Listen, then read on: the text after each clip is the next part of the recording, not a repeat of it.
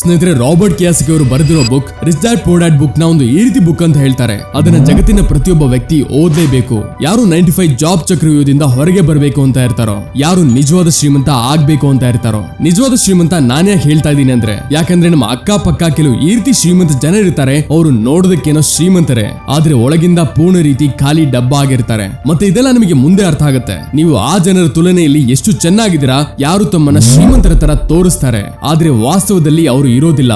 Rich dad poor dad ಒಂದು ಈ ರೀತಿ ಬುಕ್. ಅದನ್ನ ಓದೋದಕ್ಕೆ ಸಾಕಷ್ಟು ಸಕ್ಸಸ್ಫುಲ್ ಬಿಸ್ನೆಸ್ ಮ್ಯಾನ್ ಮತ್ತೆ ಸಾಕಷ್ಟು ಸಕ್ಸಸ್ಫುಲ್ ಲೀಡರ್ಸ್ ಸಲಹೆ ಕೊಡ್ತಾರೆ. ಅದಕ್ಕೆ ಬನ್ನಿ ತಿಳಿಯೋಣ, ಕೊನೆಗೂ ಈ ಬುಕ್ ಅಲ್ಲಿ ಅಂತದ್ದೇನು ಶ್ರೀಮಂತರಾಗುವ ರಹಸ್ಯ ಅಡಗಿದೆ, ಅದನ್ನ ಇದು ಅಷ್ಟೊಂದು ಸ್ಪೆಷಲ್ ಆಗಿಡೋದು. ಸ್ನೇಹಿತರೆ, ರಾಬರ್ಟ್ ಯಾವಾಗ 9 ವರ್ಷದವರಿದ್ರು, ಆಗ ಅವರ ಸ್ಕೂಲ್ ನ ಕೆಲವು ಶ್ರೀಮಂತ ಮಕ್ಕಳು ತಮ್ಮ ವೀಕೆಂಡ್ ನ ಎಂಜಾಯ್ ಮಾಡೋದಕ್ಕೆ ತಮ್ಮ ಒಬ್ಬ ಶ್ರೀಮಂತ ಸ್ನೇಹಿತನ ಜೊತೆ ಸಮುದ್ರದ ಕಡಲಲ್ಲಿ ಇದ್ದ ಮನೆಗೆ ಹೋಗ್ತಿದ್ರು. ಆದ್ರೆ ಅವರು ರಾಬರ್ಟ್ ನ ಇನ್ವೈಟ್ ಮಾಡಿರ್ಲಿಲ್ಲ, ಯಾಕಂದ್ರೆ ರಾಬರ್ಟ್ ಬಡವರಾಗಿದ್ರು. ಮತ್ತೆ ಈ ವಿಷಯದಿಂದ ರಾಬರ್ಟ್ ಗೆ ತುಂಬಾ ಬೇಜಾರಾಯ್ತು. ಮತ್ತೆ ಅವರು ತಮ್ಮ ಮನೆಗೆ ಹೋಗಿ ತಮ್ಮ ಡ್ಯಾಡಿಗೆ ಕೇಳಿದ್ರು, ಡ್ಯಾಡಿ, ನೀವು ನನಗೆ ಹೇಳ್ಬೋದಾ ಶ್ರೀಮಂತರು ಹೇಗಾಗ್ತಾರಂತ? ಆದ್ರೆ ಈ ಮಾತಿಗೆ ಅವರ ಡ್ಯಾಡಿ ಹತ್ರ ಯಾವುದೇ ಉತ್ತರ ಇರಲಿಲ್ಲ. ಕೆಲವು ಸಮಯದ ತನಕ ಯೋಚನೆ ಮಾಡಿದ ಮೇಲೆ ಅವರು ಹೇಳಿದ್ರು, ನೋಡ್ ಮಗು, ಏನಾದ್ರೂ ನೀನು ಶ್ರೀಮಂತ ಆಗ್ಬೇಕು ಅಂದ್ರೆ ಆಗ ನೀನು ಹಣ ಸಂಪಾದನೆ ಮಾಡೋದು ಕಲಿಬೇಕಾಗುತ್ತೆ. ಮತ್ತೆ ಅದಕ್ಕೋಸ್ಕರ ನೀನು ನಿನ್ನ ಬುದ್ಧಿಶಕ್ತಿಯ ಉಪಯೋಗ ಮಾಡು. ಇಷ್ಟನ್ನ ಕೇಳಿದ ಮೇಲೆ ರಾಬರ್ಟ್ ಅರ್ಥ ಮಾಡ್ಕೊಂಡ್ರು, ನಿಜವಾಗ್ಲೂ ಅವ್ರ ಹತ್ರ ಇದಕ್ಕೆ ಯಾವುದೇ ಉತ್ತರ ಇಲ್ಲ, ಶ್ರೀಮಂತರು ಹೇಗೆ ಆಗ್ತಾರೆ ಅಂತ.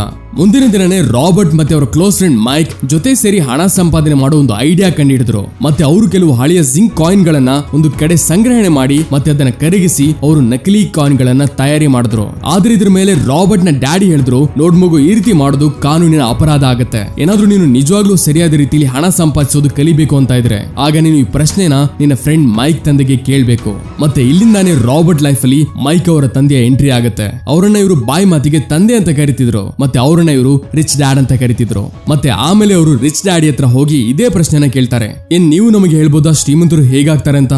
ಮತ್ತೆ ಇಲ್ಲಿಂದಾನೇ ರಾಬರ್ಟ್ ನ ಫೈನಾನ್ಷಿಯಲ್ ಎಜುಕೇಶನ್ ಜರ್ನಿ ಶುರು ಆಗುತ್ತೆ. ಅವರ ರಿಚ್ ಡ್ಯಾಡಿ ಅವರಿಗೆ ಅವರ ಲೈಫ್ ಅಲ್ಲಿ ಬೇರೆ ಬೇರೆ ಸ್ಟೇಜ್ ಅಲ್ಲಿ ಶ್ರೀಮಂತರಾಗೋದಕ್ಕೆ ಮತ್ತೆ ಸದಾ ಶ್ರೀಮಂತರಾಗಿ ಇರೋದಕ್ಕೆ ಕೆಲವು ಇಂಪಾರ್ಟೆಂಟ್ ಲೆಸನ್ಸ್ ಕಲಿಸ್ತಾರೆ. ಲೈಕ್ ಯಾವ ತರ ಹಣನ ಮ್ಯಾನೇಜ್ ಮಾಡೋದು, ಹಣದಿಂದ ಹಣನ ಹೇಗೆ ಮಾಡೋದು, ಮತ್ತೆ ಈ ರೀತಿ ಯಾವ ತಪ್ಪುಗಳಿದೆ, ಅದರಿಂದ ಬಡವ ಸದಾ ಬಡವನಾಗ್ತಾನೆ, ಹೇಗೆ ಶ್ರೀಮಂತರು ಕೆಲಸ ಮಾಡ್ತಾ ಶ್ರೀಮಂತರಾಗ್ತಾರೆ ಮತ್ತೆ ಅವರ ಲೈಫ್ ನು ಎಂಜಾಯ್ ಕೂಡ ಮಾಡ್ತಾರೆ, ಯಾಕೆ ಬಡವರು ಕಷ್ಟಪಟ್ಟು ಕೆಲಸ ಮಾಡಿದ್ರು ದುಡ್ಡನ್ನ ಕೂಡಿಟ್ರು ಒಂದು ಆವರೇಜ್ ಮಿಡಲ್ ಕ್ಲಾಸ್ ಲೈಫ್ ನ ಬದುಕ್ತಾರೆ. ಇವೆಲ್ಲ ವಿಷಯಗಳು ನಿಮ್ಗೆ ಗೊತ್ತಿಲ್ಲ ಅಂದ್ರೆ ಈ ಕಾರಣ ನೀವು ಲೈಫ್ ಅಲ್ಲಿ ಸ್ಟ್ರಗಲ್ ಮಾಡಬೇಕಾಗುತ್ತೆ. ವೆಲ್, ಇದರ ಆನ್ಸರ್ ರಾಬರ್ಟ್ ಕಿಯೋಸಾಕಿ ಅವರ book rich dad poor dad ಅಲ್ಲಿ ಕ್ಲಿಯರ್ ಆಗಿ ಹೇಳಿದ್ದಾರೆ. ಇದನ್ನು ತುಂಬಾ ಚೆನ್ನಾಗಿ ಅರ್ಥ ಮಾಡ್ಕೊಂಡು ಸ್ಟ್ರಾಟಜಿಕಲಿ ನಿಮ್ಮ ಲೈಫ್ ಮೇಲೆ ಅಪ್ಲೈ ಮಾಡಿದ್ರೆ ಆಗ ನೀವು ಕೂಡ ನಿಮ್ಮ ಡ್ರೀಮ್ ಲೈಫ್ ಬದುಕಬಹುದು. ರಿಚ್ ಡ್ಯಾಡ್ ಪೂರ್ ಡ್ಯಾಡ್ ಅಲ್ಲಿ ರಾಬರ್ಟ್ 5 ಮೇನ್ ಲೆಸನ್ ಮೇಲೆ ಫೋಕಸ್ ಮಾಡಿದ್ದಾರೆ. ಇದು ನಿಮಗೆ ಕಲಿಸುತ್ತೆ ಶ್ರೀಮಂತರು ತಮ್ಮ ಹಣ ಬೆಳೆಸೋದಕ್ಕೆ ಎಲ್ಲಿ ಹಾಕ್ತಾರೆ. ಇದೇ ರೀತಿ ನಿಮಗೆ ಗೊತ್ತಿಲ್ಲದ ಸಾಕಷ್ಟು ವಿಷಯಗಳನ್ನ ತಿಳಿಸಿದ್ದಾರೆ. ಸ್ನೇಹಿತರೆ, ವಿಡಿಯೋದಲ್ಲಿ ಮುಂದೆ ಹೋಗಿಂತ ಮುಂಚೆ ನಿಮ್ಮಲ್ಲಿ ಮುಂದಾಲೋಚನೆ ಮಾಡುವ ಕ್ಷಮತೆ ಇದ್ದು ಲಾಂಗ್ ಟರ್ಮ್ ಅಲ್ಲಿ ರಿಟರ್ನ್ ಪಡಿಬೇಕು ಅಂತ ಇದ್ರೆ ಆಗ ಬಜಾಜ್ ಅಲೈನ್ಸ್ ಲೈಫ್ NFO ಅವರ Nifty 500 multi cap momentum quality 50 index fund ಒಂದು ಒಳ್ಳೆ ಸೊಲ್ಯೂಷನ್ ಕೊಡುತ್ತೆ. ನೀವು ಇದರಲ್ಲಿ ಮಂತ್ಲಿ 2000 ಇಂದಾನು ಶುರು ಮಾಡಬಹುದು. ಈ ಫಂಡ್ NAV 10 ರೂಪಾಯಿಲಿ ಅವೈಲೇಬಲ್ ಇದೆ. ಆದ್ರೆ ಕೇವಲ ಒಂದಿನ ಮಾತ್ರ, ಇದೇ ತಿಂಗಳು 14ಕ್ಕೆ ಕೊನೆ ಆಗುತ್ತೆ. ಅದರ ಲಿಂಕ್ ಡಿಸ್ಕ್ರಿಪ್ಷನ್ ಅಲ್ಲಿ ಕೊಟ್ಟಿರ್ತೀನಿ. ಈ NFO ಹಣನ 500 large mid and small cap ಕಂಪನಿಗಳ ಸೆಗ್ಮೆಂಟ್ ಇಂದ ಯಾವುದರ ಕ್ವಾಲಿಟಿ ಚೆನ್ನಾಗಿದ್ದು ಮೊಮೆಂಟಮ್ ಕೊಡುತ್ತೋ ಅದರಲ್ಲಿ ಬೆಸ್ಟ್ 50 ಕಂಪನಿಗಳಲ್ಲಿ ಇನ್ವೆಸ್ಟ್ ಮಾಡುತ್ತೆ. ಈ ಇಂಡೆಕ್ಸ್ 22.9% ರಿಟರ್ನ್ ಕೊಟ್ಟಿದೆ ಕಳೆದ 10 ವರ್ಷದಲ್ಲಿ ಮತ್ತೆ 30.7% ರಿಟರ್ನ್ ಕಳೆದ 5 ವರ್ಷದಲ್ಲಿ. ಅಂದ್ರೆ ಈ ರೀತಿ ತಿಳ್ಕೊಳ್ಳಿ, 2014ರಲ್ಲಿ ಇಂಡೆಕ್ಸ್ ಅಲ್ಲಿ 1 ಲಕ್ಷ ಇನ್ವೆಸ್ಟ್ ಮಾಡಿದ್ರೆ ಅದು 7.9 ಲಕ್ಷ ತನಕ ಬೆಳೀತಿತ್ತು 10 ವರ್ಷಗಳಲ್ಲಿ. ಮತ್ತೆ ನಿಮಗೆ ಇಲ್ಲಿ 120 ಪಟ್ಟು ಲೈಫ್ ಕವರ್ ಸಿಗುತ್ತೆ. ಹಾಗೆ ಇಲ್ಲಿ ನೀವು ಕಟ್ಟುವ ಪ್ರೀಮಿಯಂ 2 ಲಕ್ಷದ ಒಳಗಿದ್ರೆ ಆಗ ನಿಮ್ಮ ಲಾಭಕ್ಕೆ ಟ್ಯಾಕ್ಸ್ ಕಟ್ಟೋ ಹಾಗಿಲ್ಲ. ಮತ್ತೆ ನೀವೇನಾದ್ರೂ NRIs ಆಗಿದ್ರೆ ತಿಂಗಳಿಗೆ 18,000 ಇಂದಾನು ಶುರು ಮಾಡಬಹುದು. ಈ NFO ಕೆಲವು ದಿನ ಮಾತ್ರ ಇದೆ. ಇದೇ ತಿಂಗಳು 14ಕ್ಕೆ ಕೊನೆ ಆಗುತ್ತೆ. ಅದರ ಲಿಂಕ್ ಡಿಸ್ಕ್ರಿಪ್ಷನ್ ಅಲ್ಲಿ ಕೊಟ್ಟಿದ್ದೀನಿ, ನಂತರ ಹೋಗಿ ನೋಡಿ. ಸ್ನೇಹಿತರೆ, ಈಗ ನೋಡೋಣ ರಿಚ್ ಡ್ಯಾಡ್ ಪೂರ್ ಡ್ಯಾಡ್ ಅಲ್ಲಿರೋ 5 ಮೇನ್ ಲೆಸನ್.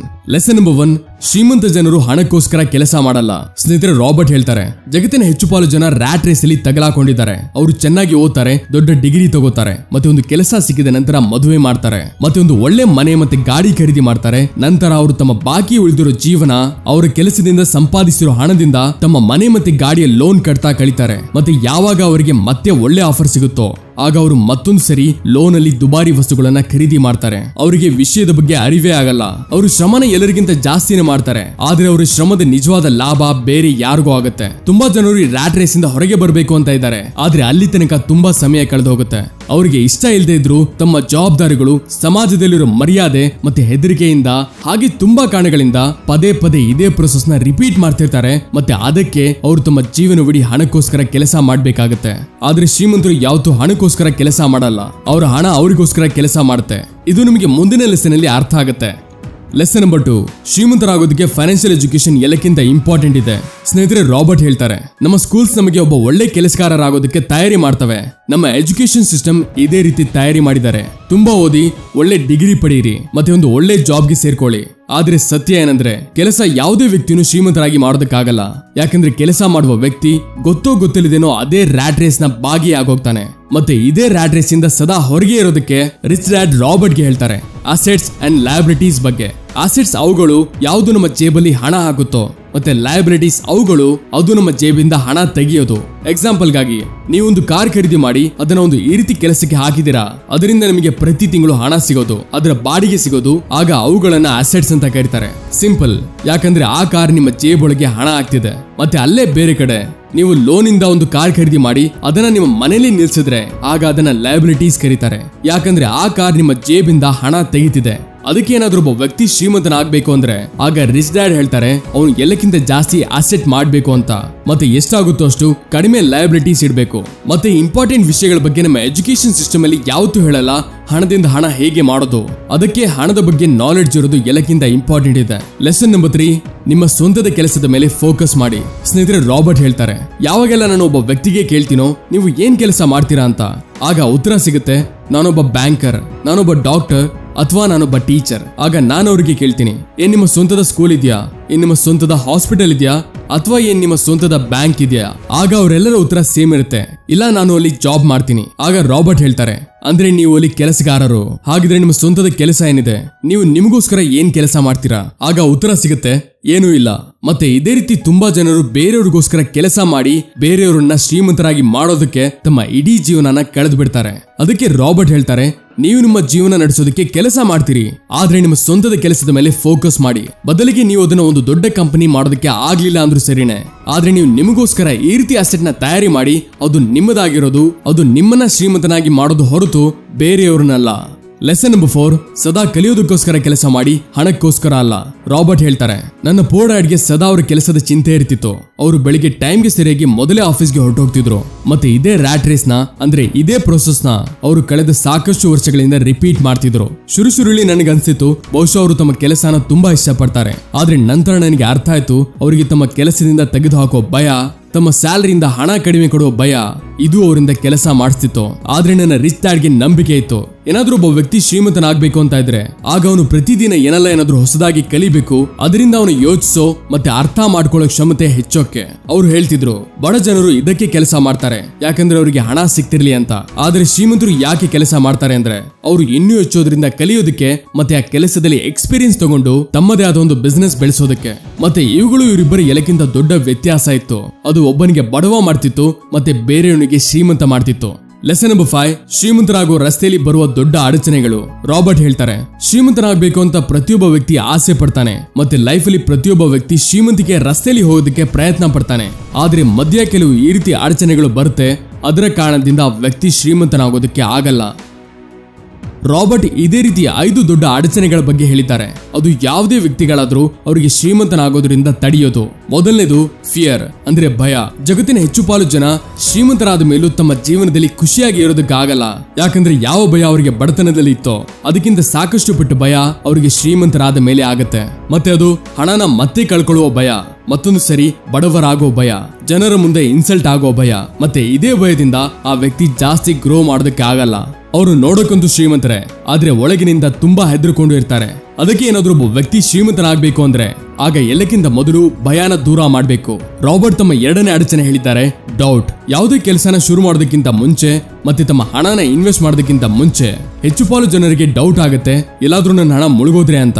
ಮತ್ತೆ ಇದೇ ಅನುಮಾನದ ಕಾರಣದಿಂದ ಜನ ಒಂದು ಹೊಸ ಆರಂಭನ ಶುರು ಮಾಡೋದಕ್ಕೆ ಆಗಲ್ಲ, ಮತ್ತೆ ಅವರು ಲೈಫ್ ಅಲ್ಲಿ ಯಾವತ್ತೂ ಶ್ರೀಮಂತರಾಗೋದಕ್ಕಾಗಲ್ಲ. ರಾಬರ್ಟ್ ತಮ್ಮ 3ನೇ ಅಡಚಣೆ ಹೇಳಿದ್ದಾರೆ ಲೇಜಿನೆಸ್ ಅಂದ್ರೆ ಸೋಂಬೇರಿತನ. ರಾಬರ್ಟ್ ಹೇಳ್ತಾರೆ, ಕೆಲವು ಜನರು ಕೇವಲ ಇದನ್ನ ಹೇಳಿ ತಮ್ಮ ಸಾಕಷ್ಟು ದೊಡ್ಡ ದೊಡ್ಡ ಅವಕಾಶಗಳನ್ನ ಕಳ್ಕೋತಾರೆ. ನಾನು ಇನ್ನೂ ಇದಕ್ಕೋಸ್ಕರ ರೆಡಿ ಇಲ್ಲ, ನಾನು ನಂತರ ಪ್ರಯತ್ನ ಮಾಡ್ತೀನಿ, ಈ ರೀತಿ ಹೇಳಿ ಅವರು ತಮ್ಮ ಟೈಮ್ ನ ಹಾಳು ಮಾಡ್ತಾರೆ. ಮತ್ತೆ ಆಮೇಲೆ ಅವರು ಯಾವ್ದಾದ್ರು ಕೆಲಸದ ಮೇಲೆ ಡಿಪೆಂಡ್ ಆಗ್ಬೇಕಾಗತ್ತೆ. ಮತ್ತೆ ಅವರು ತಮ್ಮ ಜೀವನದಲ್ಲಿ ಯಾವತ್ತೂ ಶ್ರೀಮಂತರಾಗೋದಕ್ಕಾಗಲ್ಲ. ಮತ್ತೆ ರಾಬರ್ಟ್ 4ನೇ ಎಲ್ಲಕ್ಕಿಂತ ದೊಡ್ಡ ಅಡಚಣೆ ಹೇಳಿದ್ದಾರೆ ಬ್ಯಾಡ್ ಹ್ಯಾಬಿಟ್ಸ್, ಕೆಟ್ಟ ಅಭ್ಯಾಸಗಳು. ರಾಬರ್ಟ್ ಹೇಳ್ತಾರೆ, ಹೆಚ್ಚು ಪಾಲು ಬಡ ಜನರು ತಮ್ಮ ಬಿಲ್ಸ್ ಪೇ ಮಾಡೋದ್ರಲ್ಲಿ ತಡ ಮಾಡ್ತಾರೆ. ಮತ್ತೆ ಶ್ರೀಮಂತರು ತಮ್ಮ ಬಿಲ್ಸ್ ನ ಎಲ್ಲಕ್ಕಿಂತ ಮೊದಲು ಪೇ ಮಾಡ್ತಾರೆ. ಶ್ರೀಮಂತರು ತಮ್ಮ ಹಣದ ಕೆಲವು ಭಾಗವನ್ನ ಇನ್ವೆಸ್ಟ್ಮೆಂಟ್ ಗೆ ಮೊದಲೇ ತೆಗೆದಿರ್ತಾರೆ ಮತ್ತೆ ಅದರ ನಂತರ ಪರ್ಸನಲ್ ಖರ್ಚುಗಳನ್ನ ಮಾಡ್ತಾರೆ. ಆದ್ರೆ ಬಡ ಜನರು ಎಲ್ಲಕ್ಕಿಂತ ಮೊದಲು ಅವರ ಬಗ್ಗೆ ನೋಡ್ತಾರೆ. ತಮಗೆ ಆಸೆ ಇರೋ ವಸ್ತುಗಳನ್ನ ತಗೋತಾರೆ ಮತ್ತೆ ನಂತರ ಅವರ ಹತ್ರ ಇನ್ವೆಸ್ಟ್ಮೆಂಟ್ ಗೆ ಏನು ಉಳಿಯೋದಿಲ್ಲ. ಮತ್ತೆ ಇದೇ ಅಭ್ಯಾಸ ಒಬ್ಬ ಶ್ರೀಮಂತ ವ್ಯಕ್ತಿನ ಇನ್ನೂ ಶ್ರೀಮಂತ ಮಾಡೋದು ಮತ್ತೆ ಒಬ್ಬ ಬಡ ವ್ಯಕ್ತಿನ ಇನ್ನೂ ಹೆಚ್ಚು ಬಡವ ಮತ್ತೆ ಶ್ರೀಮಂತರಾಗುವ ರಸ್ತೆಯಲ್ಲಿ ಬರುವ 5ನೇ ಅಡಚಣೆ ಇದೆ ಈಗೋ. ಯಾವ ಜನರು ಬಡವರಿರ್ತಾರೋ ಅವರು ತಮ್ಮ ಸ್ಕಿಲ್ಸ್ ನ ಬೇರೆಯವ್ರ ಜೊತೆ ಶೇರ್ ಮಾಡೋದಿಲ್ಲ. ಯಾಕಂದ್ರೆ ಅವರಿಗೆ ಭಯ ಇರುತ್ತೆ ಏನಾದ್ರೂ ಬೇರೆ ವ್ಯಕ್ತಿ ಇದನ್ನ ಕಲಿತು ಬಿಟ್ರೆ ಆಗ ಅವನ ಕೆಲಸ ಅವನಿಂದ ಹೊರಟು ಹೋಗುತ್ತೆ ಅಂತ. ಮತ್ತೆ ಇದೇ ಕಾರಣದಿಂದ ಅವರು ಯಾವುದೇ ಹೊಸ ಸ್ಕಿಲ್ಸ್ ನ ಕಲಿಯೋದಕ್ಕೆ ಆಗಲ್ಲ ಮತ್ತೆ ಸದಾ ಅದೇ ಒಂದು ಸ್ಕಿಲ್ ಜೊತೆ ಕೆಲಸ ಮಾಡ್ತಾರೆ. ಆದ್ರೆ ಶ್ರೀಮಂತ ಜನರು ಬೇರೆಯವ್ರ ಜೊತೆ ತಮ್ಮ ನಾಲೆಡ್ಜ್ ನ ಶೇರ್ ಮಾಡ್ತಾರೆ, ಹಾಗೆ ಬೇರೆಯವರಿಂದ ಸಾಕಷ್ಟು ಕಲಿತಾರೆ ಮತ್ತೆ ಸತತವಾಗಿ ತಮ್ಮ ಬಿಸ್ನೆಸ್ ಅಲ್ಲಿ ಇಂಪ್ರೂವ್ ಮಾಡಿ ಇನ್ನೂ ಹೆಚ್ಚು ಶ್ರೀಮಂತರಾಗ್ತಾರೆ. ಅದಕ್ಕೆ ಏನಾದ್ರೂ ನೀವು ಶ್ರೀಮಂತರಾಗಬೇಕಂತ ಇದ್ರೆ ಆಗ ನೀವು ನಿಮ್ಮ ಈಗೋನ ಮರೆತು ಯಾವುದು ನಿಮಗೆ ಬರೋದಿಲ್ವೋ ಅದನ್ನ ಕಲಿಯುವ ಅಭ್ಯಾಸ ಮಾಡಬೇಕು ಮತ್ತೆ ಯಾವುದು ನಿಮಗೆ ಬರುತ್ತೋ ಅದನ್ನ ಬೇರೆಯವ್ರ ಜೊತೆ ಶೇರ್ ಮಾಡಬೇಕು. ಮತ್ತೆ ಕೊನೆಯಲ್ಲಿ ನಾನು ನಿಮಗೆ ಇಷ್ಟನ್ನ ಹೇಳೋದಕ್ಕೆ ಇಷ್ಟಪಡ್ತೀನಿ, ನೀವು ಲೈಫ್ ಅಲ್ಲಿ ಒಂದ್ಸರಿ ಬುಕ್ ನ ಖಂಡಿತ ಓದ್ಬೇಕು. ಯಾಕಂದ್ರೆ ಈ ಬುಕ್ ಹಣದ ಕುರಿತು ನಿಮ್ಮ ಮೈಂಡ್ ಸೆಟ್ ನ ಚೇಂಜ್ ಮಾಡುತ್ತೆ. ಐ ಹೋಪ್ ಇವತ್ತಿನ ವಿಡಿಯೋ ಇಂದ ನಿಮಗೆ ತುಂಬಾ ಕಲಿಯೋದಕ್ಕೆ ಸಿಕ್ಕಿದೆ. ಮತ್ತೆ ಸ್ನೇಹಿತರೆ, ನಿಮಗೆ ಬಜಾಜ್ ಅಲಯನ್ಸ್ ಲೈಫ್ NFO ಬಗ್ಗೆ ಹೇಳಿದೆ.